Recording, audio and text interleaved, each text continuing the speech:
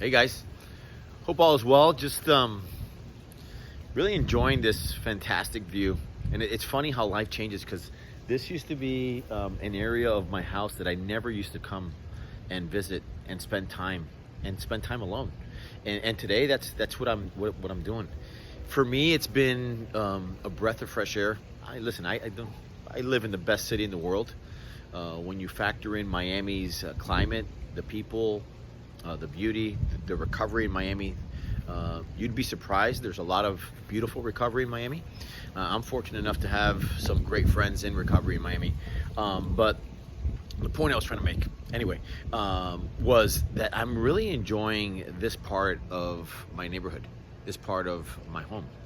And, I actually had an opportunity to come out here yesterday afternoon, late afternoon, and it's unbelievably beautiful when it gets somewhat cool at night. And I guess that's a relative term for Miami. Relative cool is 75, 80.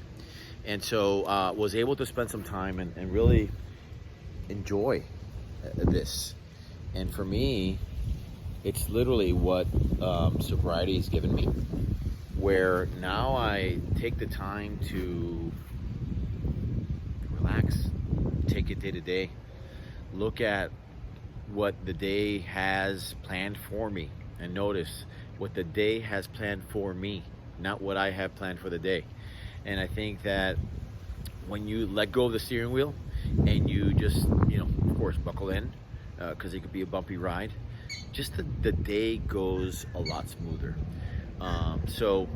Those are some of the things that I just wanted to share. I wanted to make sure that I at least had an opportunity to just share that sobriety and recovery is a beautiful thing. For the longest time, I thought that I would be limited in scope, limited in thinking, if I were to put the plug in the jug. And I could not be more wrong.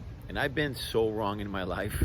One of the things that I've been the most wrong about was whether sobriety was for me. I was sharing this with a colleague / really good friend, Jen Wharton, who is a big hospital administrator out in the West Coast. And I was just sharing how, the beauty of recovery and how I've had to trade my former lives to get to this life.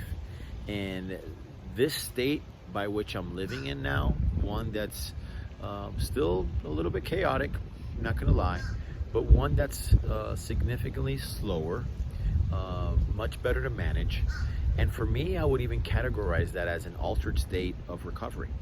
And so that's the reason why I've titled and branded my podcast and even the organization that I'm building and the platform that I'm building, Altered State, because I think there's a misconception on what living in an altered state is. And it actually is, for me, recovery is really the true significance of what altered state is. You have a life that you would never have imagined. And it's, don't get me wrong, it's a lot of hard work. We know from the fellowship and we know from, the community, it's all about putting in the work. And the minute you start doing that, I think that, things start aligning to having an easier, softer way. And so for those of you that are, joining me, take a look at this. This is fantastic. And it's the little things today that I prioritize. And so with that, I will check in periodically, daily, just to make sure that everybody's doing great. Onward, upward. Make sure that you go for that altered state. Leave some comments below. Be happy to chat.